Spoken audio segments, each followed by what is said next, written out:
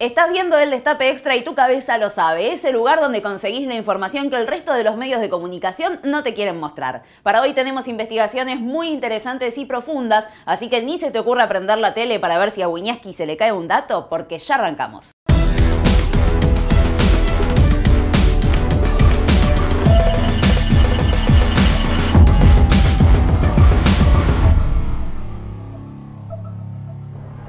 Las retenciones es uno de los temas más polémicos de la economía argentina. Los medios hegemónicos dicen muchas cosas y muchas personas repiten eso que dicen los medios sin saber realmente de qué se trata. Ezequiel Orlando va a dividir entre mitos y verdades y nos va a cantar la posta.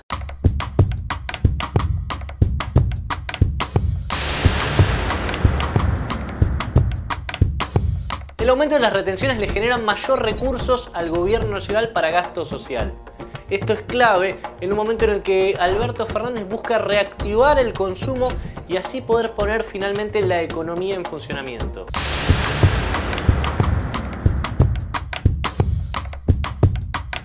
Si pensamos en qué significan las retenciones en número, bueno, el año pasado se exportaron 147 millones de toneladas de granos. En moneda extranjera, esto representó 23.700 millones de dólares. Con esto, el Estado recaudó 400.000 millones de pesos. Para Zeta, antes de seguir, ¿por qué mejor no nos explicás bien claro qué son las retenciones? Los países cobran derechos sobre todos los productos y servicios que se exportan al exterior. Con este instrumento se busca redistribuir la ganancia que genera un sector de la economía sobre todo el resto, pero sin hacerle perder competitividad. Las retenciones, y esto es importante, se cobran siempre en pesos. Por lo tanto, una devaluación suele beneficiar tanto al exportador como al Estado porque ambos pasan a cobrar más. A ver, pongamos un ejemplo.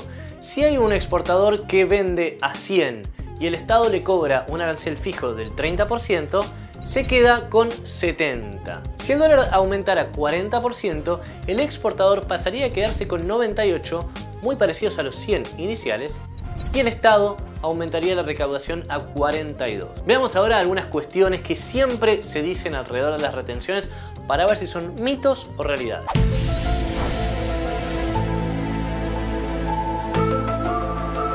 Una de las cosas que más se dice es que las retenciones asfixian al campo. Esto es un mito porque el esquema actual le cobra de retenciones 1/3 a los ojeros y esto les permite mantener un margen de ganancia significativo. Los productores además no tienen monocultivo, sino que los campos rotan y también producen trigo o maíz que tienen un arancel del 12%. También se dice que quitan competitividad. Esto es un mito porque si las retenciones están bien aplicadas, permiten que los exportadores mantengan competitividad tanto si fuera de precio como de calidad. Se dice que separan al precio interno del internacional. Esto es una realidad porque, por ejemplo, si se dispara el precio internacional del trigo y hay un buen esquema de retenciones, se amortigua la suba del precio del pan. También se dice que sirven para redistribuir las ganancias de un sector concentrado. Esto es una realidad porque permiten que el Estado entregue ganancias extraordinarias de un sector que tiene ventajas comparativas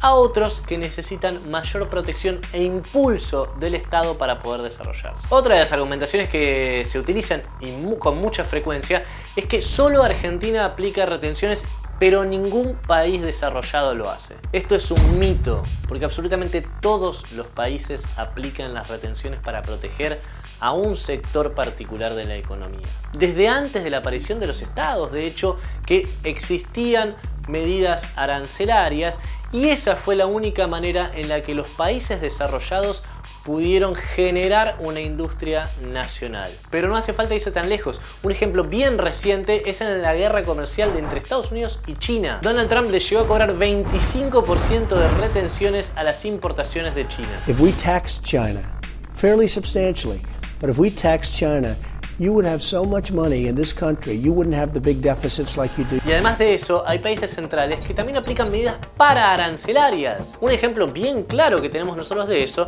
es el de Inglaterra, que impuso la cuota Hilton, que implica que solamente se puede exportar cierta cantidad de productos cárnicos. Felicitar al sector privado y también al sector público por el cumplimiento de la cuota Hilton en un 99,99% con 7, como ha dicho con precisión la señora ministra. Bueno, algunos dirán las retenciones son malas, en 2008 el gobierno ya había tratado y no pudo hacerlo. Bueno, veamos en realidad qué pasó en ese momento. Que la historia me juzgue. Pido perdón si me equivoco. Mi voto no es positivo. Bueno, en 2008 los precios internacionales de los granos eran altísimos. La soja llegó a $600 por tonelada. Por eso, Cristina Kirchner le mandó a Martín Lustó, entonces ministro de Economía, a armar un esquema tributario progresivo para mejorar la recaudación. ¿Qué hizo Lustó? Bueno, armó retenciones móviles que llegaban al 44% para la soja. Retenciones móviles para la soja, el girasol, el maíz y el trigo y todos sus productos derivados para los próximos 4 años. El problema fue que Lustó no tuvo en cuenta diferentes realidades que existen dentro del agro, como por ejemplo los pequeños productores o los que trabajan muy lejos de los principales puertos. Ninguno de estos dos tiene la misma tasa de ganancias que un gran productor de soja. Esta fórmula errada de Martín Lustó generó gran malestar entre los chacareros que, con una ayudita de Clarín, lograron convencer a gran parte de la población de que estaban mal las retenciones. Esta famosa resolución 125 generó un lockout patronal, también llamado piquete de la abundancia, que se extendió por 129 días y todos lo sufrimos. ¡Seguimos el paro!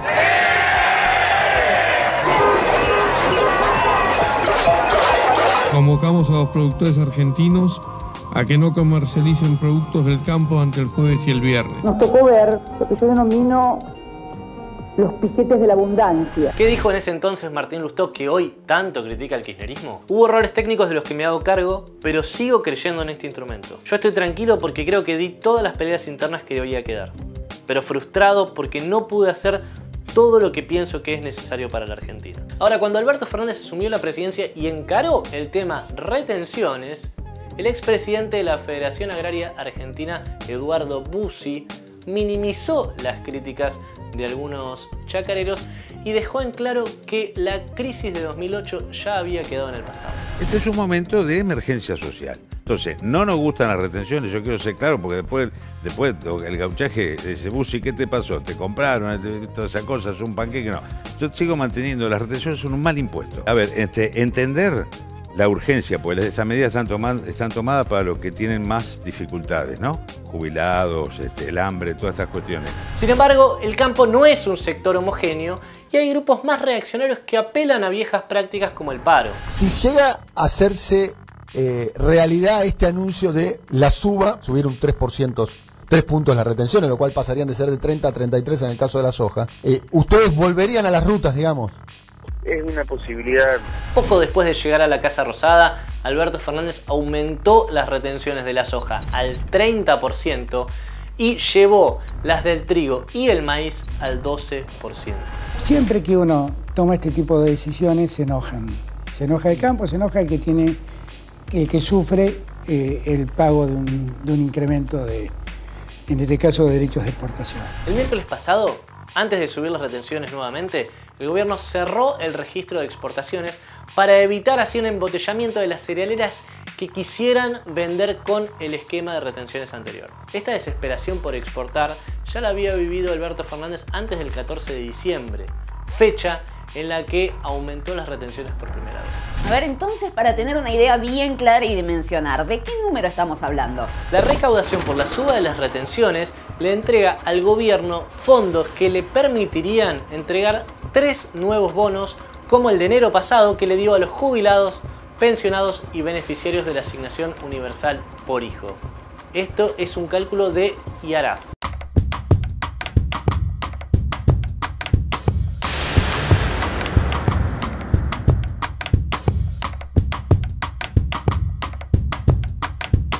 Aunque los grandes productores saldrán a criticar esta medida de Alberto Fernández, le entrega fondos al gobierno que necesita para redistribuir de un sector muy concentrado y con mucha ganancia de la economía a otros que fueron muy golpeados en estos últimos 4 años.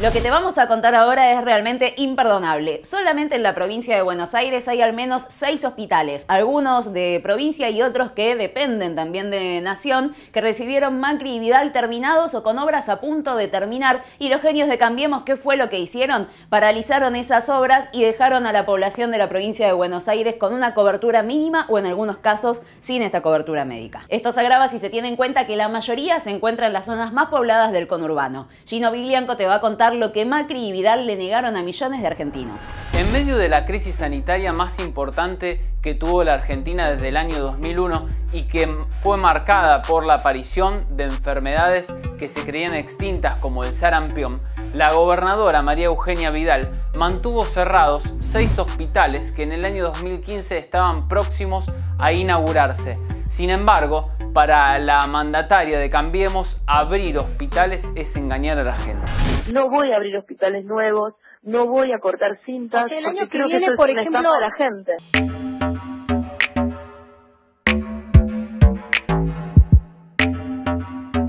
El Hospital Arturo Oñatibia, ubicado en la localidad de Rafael Calzada, es testimonio de la desidia del gobierno de María Eugenia Vidal.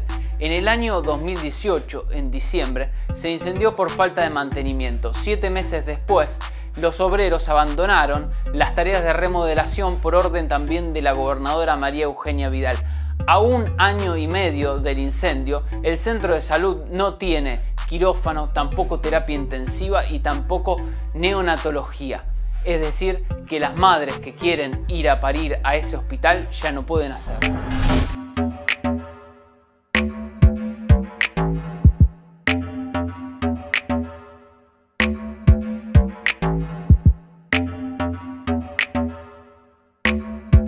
Y esto fue el día 17 de diciembre. El incendio supuestamente fue por un problema de cables en lo que es la sala de máquinas, que el humo circuló por todos lados. Es lo que más circuló es el humo, por suerte no circuló el fuego, pero sí el humo. Y todo esto se llenó de humo terrible, no se veía nada. Estamos hablando hace alrededor de 1 año y 2 meses, ¿sí? Y que esto por ahí nos puede llevar unos 5 o 6 meses más, esperemos que no. Hoy estamos a meses que un robot te reciba como médico clínico en un hospital y te diagnostique y te derive un especialista. En agosto empezó a bajar la cantidad de personal, digamos, que estaba trabajando acá, y en octubre cargaron todas las cosas y se fueron.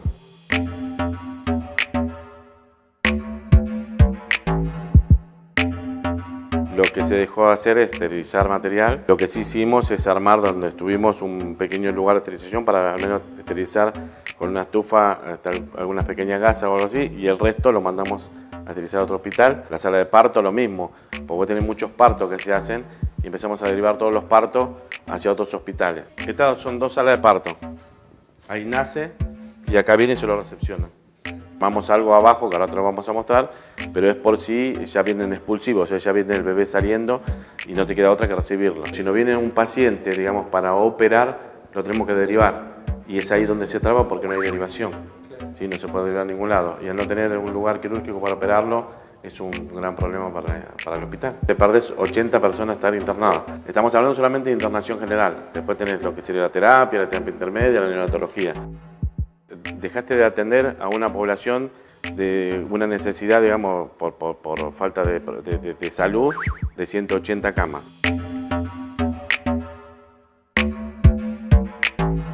Nosotros empezamos a trabajar igual, ¿sí? Abajo empezamos a trabajar igual, y en la guardia también. Entonces la gente entiende como que el hospital está trabajando. Y lo que nosotros a veces le informamos a la gente que no, que sigue abajo, arriba no funciona porque sigue todavía la construcción del incendio, y que mucha gente te dice, pero nosotros no sabíamos.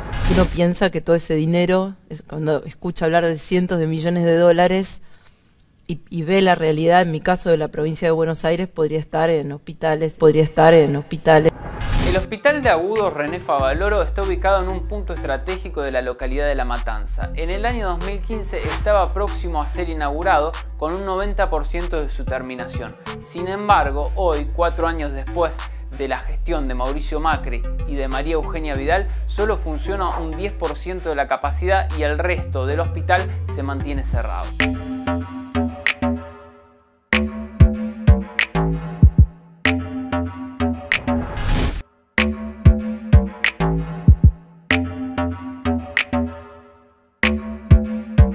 Se inauguró en octubre del 2015 y estaba previsto que en 9 meses este hospital estaría funcionando con todas sus capacidades. Durante el 2016 la obra comenzó a enlentecerse y en marzo del 2017, al año, ya se paró definitivamente y se retiraron de la obra. Entonces nunca avanzamos, esos 9 meses previstos se transformaron en ahora 4 años y pico y medio, y no hay cambios. Y lo que hoy estamos funcionando es con financiamiento exclusivamente municipal. Estamos limítrofe con el partido de Merlo, Morón y La Matanza. Este hospital está dentro de La Matanza, pero daría respuesta a otros municipios también.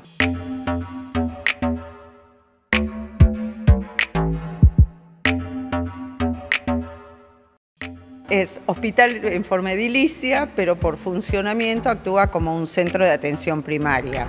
No voy a parar con las obras hasta que tengas un buen hospital público cerca.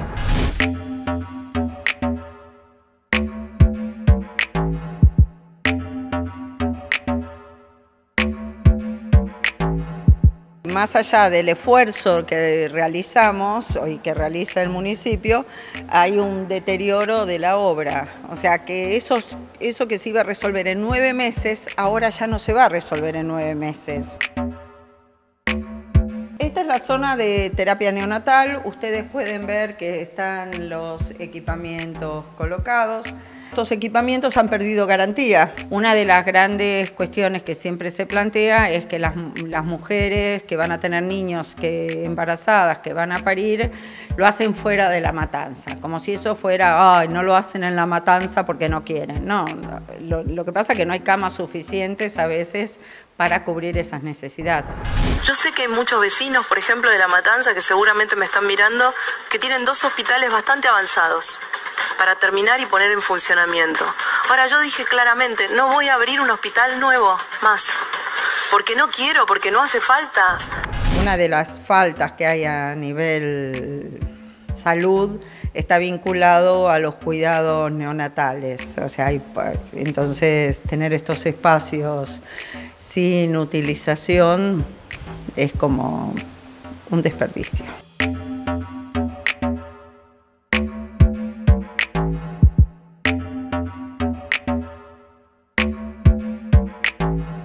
Estamos en el área de cirugía, en la parte de quirófanos, y la idea de esta área era dar respuesta a cirugía general y cirugías muy sencillas, como puede ser una apendicitis, a cirugías mucho más complejas. ¿Cuántas personas pueden atenderse en total? Se piensa en 170 camas, con una distribución con orientación a un hospital general. ¿Sabes lo que dijo la señora Vidal?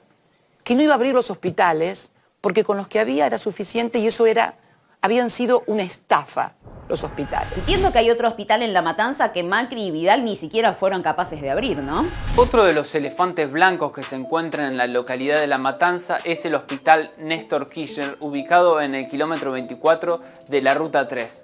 En el año 2015 contaba con un 80% de su terminación y tenía 176 camas de internación. Hoy no solo está cerrado, sino que además ha sufrido vandalismo con el robo de griferías y también el saqueo por parte del gobierno de María Eugenia Vidal, que se llevó las maquinarias médicas hacia otros hospitales.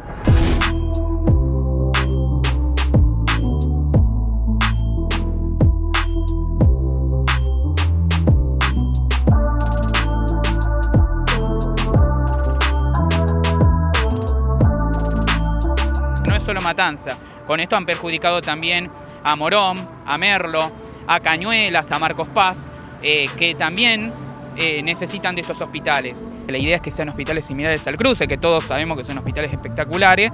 Así que bueno, la verdad que son obras que se han hecho poniendo mucho dinero, mucha buena intención, pero que lamentablemente durante los últimos 4 años quedaron paralizados y lamentablemente, como se puede ver, cerrados, y hasta se han ido deteriorando. Se han robado desde grifería, cerradura, todo lo que pudieron encontrar, porque lamentablemente se ha ido destruyendo y eso es lo que también perjudica un poco la apertura, porque ahora hay que empezar, de vuelta en muchos sectores. Hoy Matanza es uno de los municipios donde vivimos no solamente que somos pobres, sino hay muchos que somos indigentes y los hospitales claramente los necesitamos. Acá hay gente que tiene que recurrir a hospitales de capitales o de otro partido para poder hacerse atender, porque acá en La Matanza no se puede, no hay especialidad de vos vas, amaneces en el hospital, nunca vas a conseguir un turno. Nosotros tenemos prácticamente mucho menos de la mitad de la cantidad de camas de internación que según la Organización Mundial de la Salud deberíamos tener por la cantidad de población de La Matanza. Por eso vamos casi todos a veces a Capital Federal, no por gusto de estar viajando, sino porque no lo tenemos acá.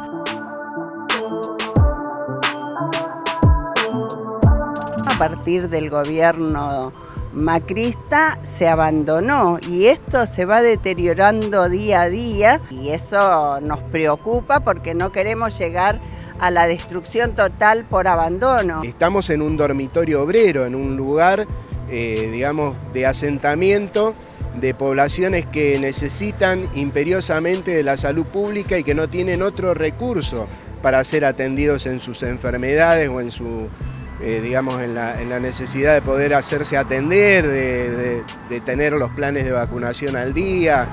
De acuerdo a la Asociación Sindical de Profesionales Médicos de la provincia, SICOP, el presupuesto en salud pasó del 6,3% en 2015 al 5,3% en el último año del mandato de María Eugenia Vidal. Si los 6 hospitales que María Eugenia Vidal mantuvo cerrados hubieran estado abiertos, se podrían haber atendido 30.700 pacientes para internaciones, se podrían haber realizado 14.300 partos, 8.730 cirugías y se podrían haber hecho más de 1.600.000 consultas externas.